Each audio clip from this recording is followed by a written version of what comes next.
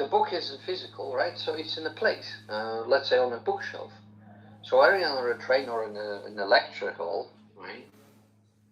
How do you retrieve the information that you read in book 1, 2, and 3 that are on your shelves? But that's one thing. It's about retrieving information, and probably that was my obsessed thought. So when I discovered that Kindle, like when you highlight something in a Kindle, there is a special section of highlights, right? So you read, you retrieve, you go back to that information, and it shows you where it is in the text. But most importantly, all the highlights in there. So if you're writing a paper or preparing a lecture, for example, you have all the highlights and you know where it is. But the highlights are important. Otherwise, I don't know how to do that. And that has always been a problem with the paper copy. That's number one. And number two is, of course, that ease of, especially when your job is to read books, right? So you have a lot of them. But imagine the space, physical space that is needed for collecting all the books. So that's another advantage, right? Here you have all the collection of all your books on a pen drive. And that's amazing. That's amazing because not only that you have all your books with you, retrieving information is absolutely easy. And for me, it's just a big help. So I don't remember when I read. I'm not sure even if I could read a book in a paper copy. I would definitely make it digital as I'm doing it now. Ivan, thank you very much. If you read that, I'm not saying this just to make it compulsory for you. It's just that probably technology changed my mind so much. I cannot go back to paper copy at all. Yeah. I know that some people like this smell and the touch of the books.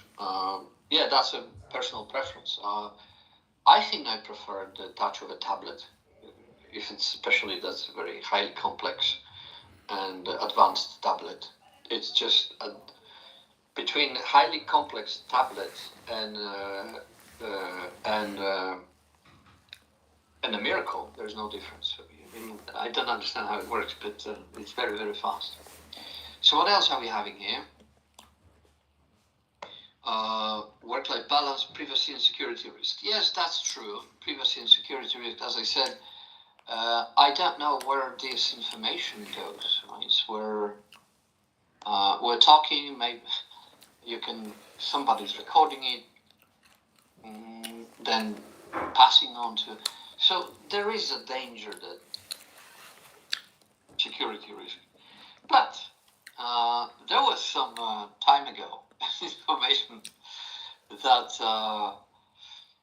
the mafia boss was caught because they posted a picture of family, where they are, just wanted to show off what new car they bought. And the police was on the manhunt. They're looking for these guys, and then because of the background, the computer can quickly locate where you are. So if you have Lens, Google Lens, it will tell you about any building, any flower plant, everything, but also where you are.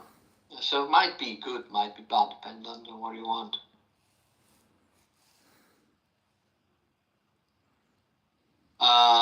To be honest, I haven't tried that hard to turn to digital voice. Oh yes, you wouldn't believe even how many books I turned digital.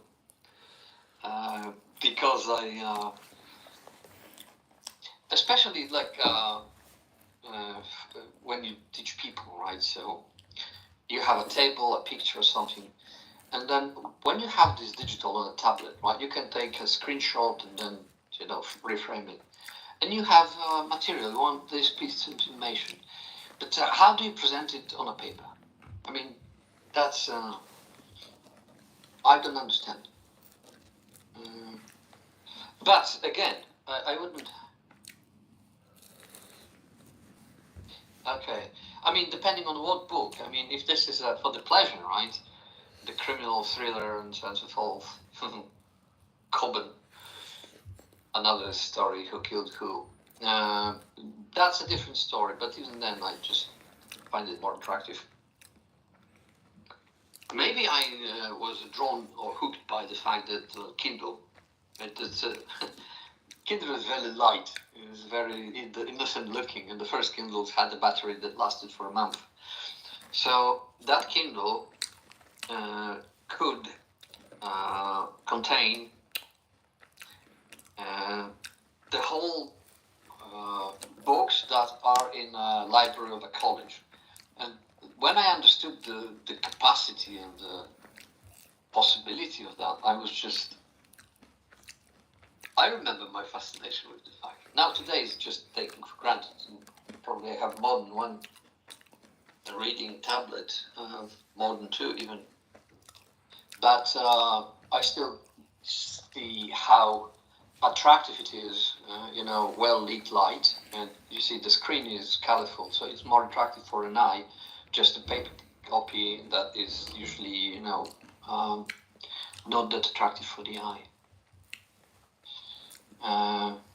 Technology is definitely helpful for search and some ways analysis, especially now.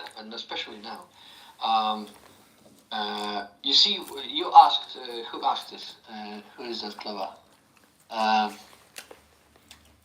Sagar. Okay. Sagar, you asked for help to ChatGPT. And that's great, you see, because it helps you to summarize something very quickly. And it's great. And if you have well-advanced AI, artificial intelligence, and you have a notebook, a handbook, right, for your studies, so you can ask to summarize the chapter, AI, and it will do it. I mean, apart from the fact that you need to read it and understand, the summary is in there. Someone does it for you. So, you see, the first look at that. The first was overload of information, right? Information overload, constant messages. But now, if you have Gmail, right? So Gemini asks you, do you want me to summarize all the emails or pick out the most important? So you see, technology creates the problem, but it also solves the problem. And that's a constant game. And we've been observing this game since the advent of the computer, 1950s. And that's now the whole system is just solving and resolving the problem. So probably you will observe it in your future. It just saves you the hassle to structure and to worry about the way you present it for the eye, and technology has its own tools will make it way easier. Absolutely. So please look what's happening. So they discovered the emails, right? So there is easy way of communication. So the drawback, too many emails, right? How to deal with Gemini. Gemini, do you want me to do that? And there will be another game. You will be observing that game going on and on. It's not the end. It's definitely not the end. So you'll be part of it in your life, adult life. Right, so what else do you find? What else? Fragmented communication, different teams using different, now technology fatigue. Too much screen time and virtual communication can lead to burnout or disengagement. Maybe, yes. So, see, just I might sound naive or childish to you, but here's my question.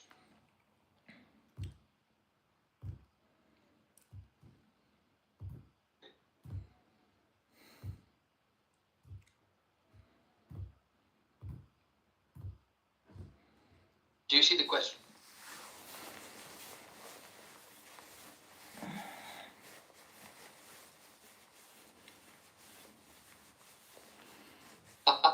Every day. I wanted to say only people who go every day can write it. Right. Yeah, you go to the gym every day because you're young. Try to keep that till you retire. Right? Yeah. So here is the trade-off. You see, every day when I was in Nepal, right? Yeah, and believe me, this question is probably one of the most important questions in your professional life. It's not how much profit you make, advantage. Yes, absolutely. It's not how much profit, it's not how much technology you know, it's not about anything. It's probably the most important question in your life is, how often do you go to the gym? And the further on is, can you still do the exercises you used to do?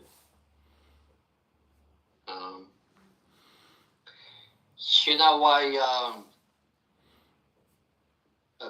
What happens when you eat chocolate? You feel how do you feel when you eat chocolate?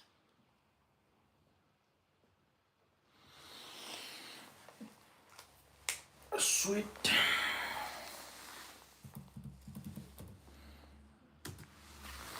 Bad. Sweet, yeah. But you know, they discovered that when you eat chocolate, it's so pleasant because it helps you to release endorphins. And endorphins is the substance in your body that gives you the feeling of feeling good, right? So whatever you do that releases endorphins is the state of happiness. So some people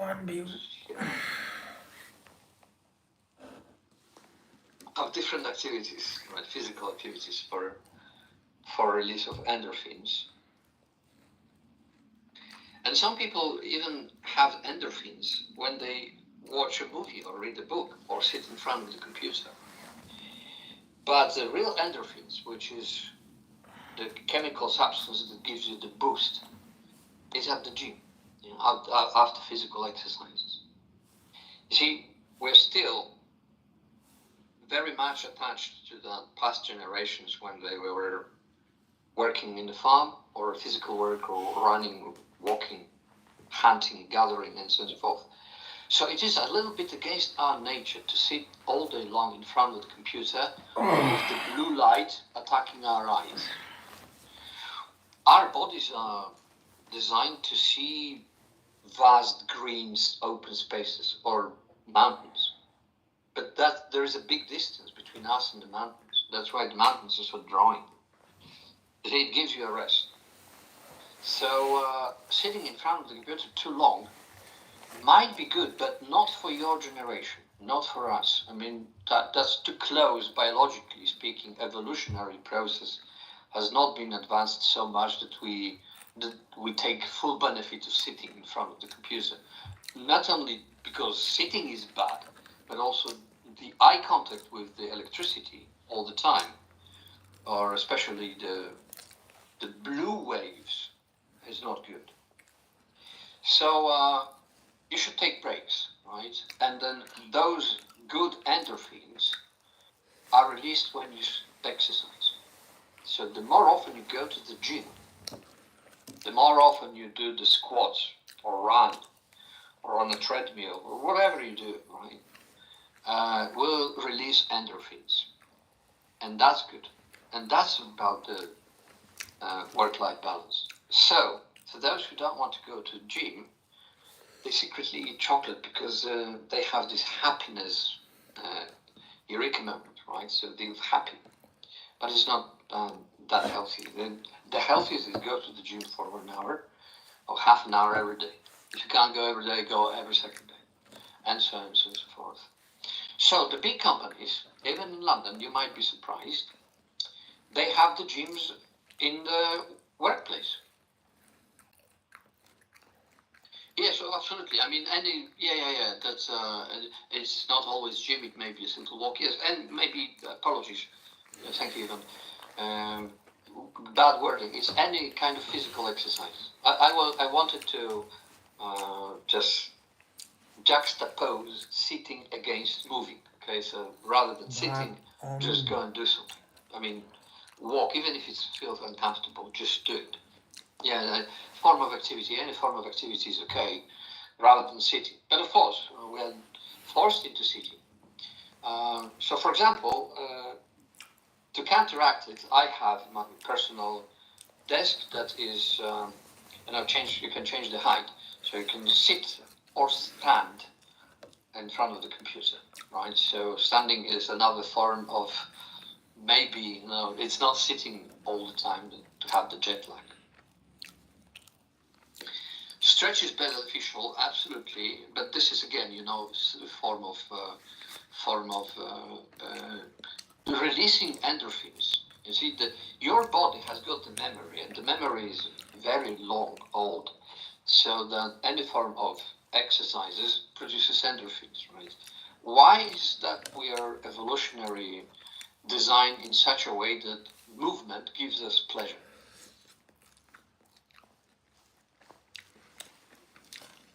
See, even sexual activity is sort of a movement, and it produces a lot of endorphins as well. Stretch, okay, so what else? You have it, technology fatigue, right? So we've discussed it. Okay, so from this benefits and drawbacks,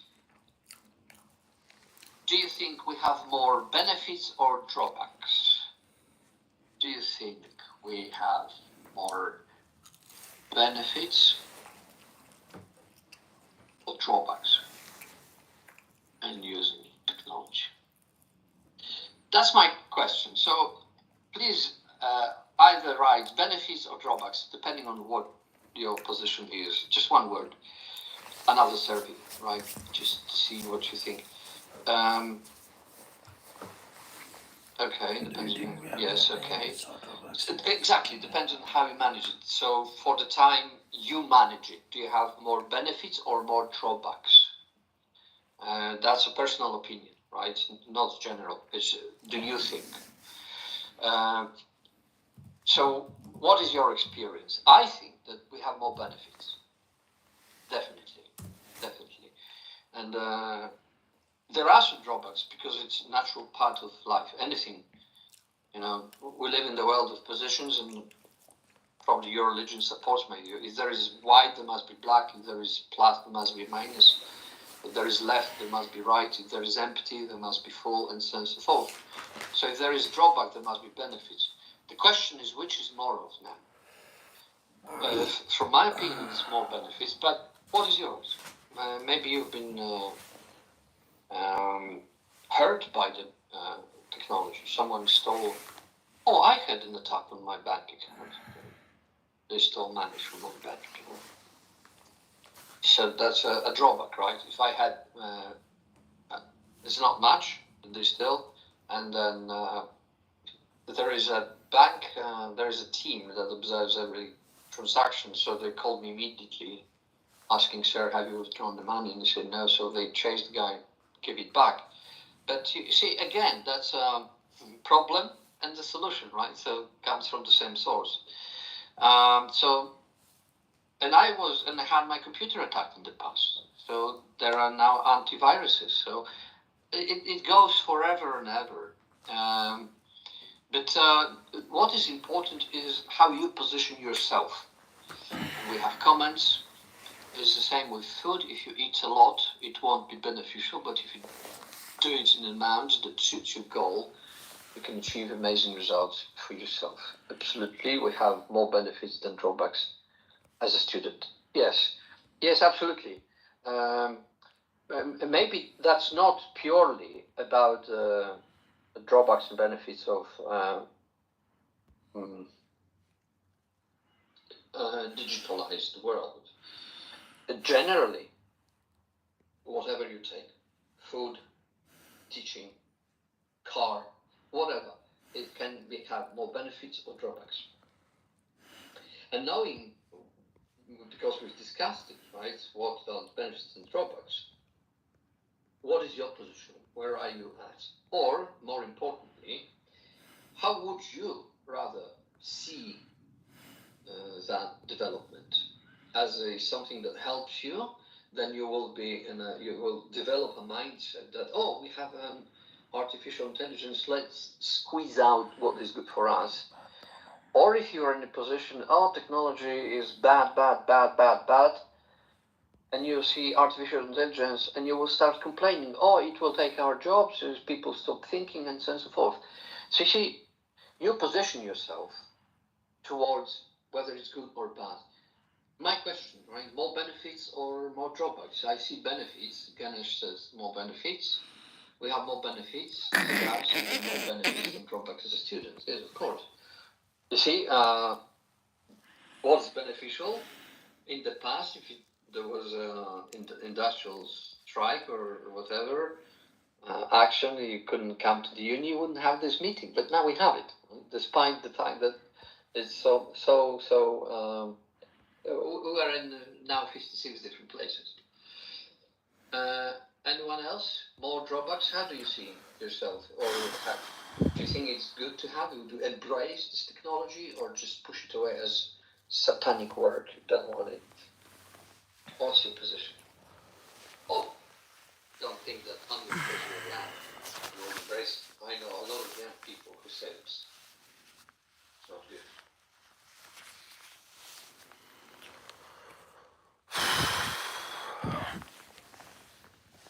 Okay, so that's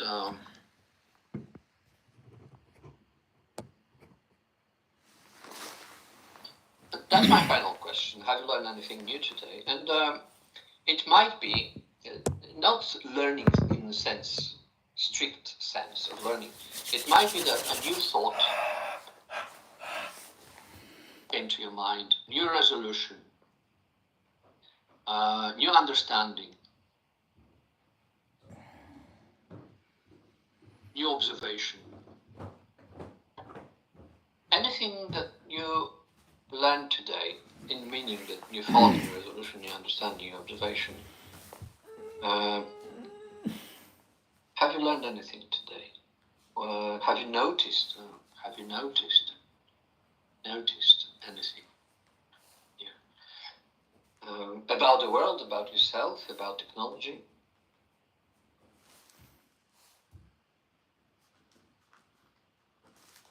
It can be something small, really small, something insignificant. It doesn't have to be even academic, but just anything that struck you in any way. You can write. Mohammed, you want to say something?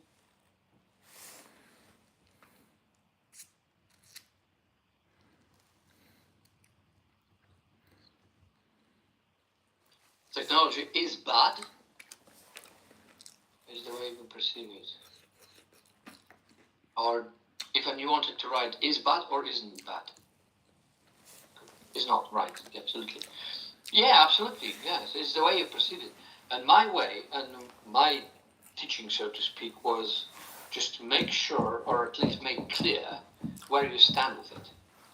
Yeah, you wanted to develop, or you want to be against it, to use it. As a manager, my suggestion is that you always know how to utilize whatever happens on your way. So you see new technology, question, how to utilize it for your own good. That's the, and it's not only about technology, but technology in particular. Thank you very much. You've been very active. I like it. If you're not comfortable with it, maybe a sign that you need to go more educated. Absolutely. Yes, it might be. Usually it's that people don't like something because they don't know how to use it. But once they discover how to use it, yeah, that's, then you think, how could I have lived without it so long? And the university and the professor can get you in the path to it. Yes, not specifically in, yes, how we can use the cigar. Thank you very much. Beneficial ways. What But country? absolutely. Thailand. Please don't be mistaken that technology is per se, like Ivan said, good or bad. It's how you perceive it. Money can be good or bad. Knife. You can use a knife to cut your bread or vegetables, but you can use a knife to commit a crime. You see, everything. Technology itself is not, as Ivan said, good or bad morally. It's how you use it. So since now on, I would like to encourage you to use it for your own benefit. Don't get angry with it. And you may feel uneasy because you don't know it. It is so new, but you're not alone. Everybody feels uneasy. For example, we're using now Teams. Now, Teams was not used 3 years ago by hardly anybody. It's a must. So we're learning. Good. So that is your job as a manager. Will be your job to manager, right? To either hang it, and I suggest you hang it, or dispel it. You can say go. But it will help you to live your life if you know how to use with everything. What else have you learned? Maybe just came to mind something. But see, nobody's free from learning how to use technology because it's a must. We live in a world designed by technological. Even your workplace is designed by technology. Please, share your thoughts. What else have you learned?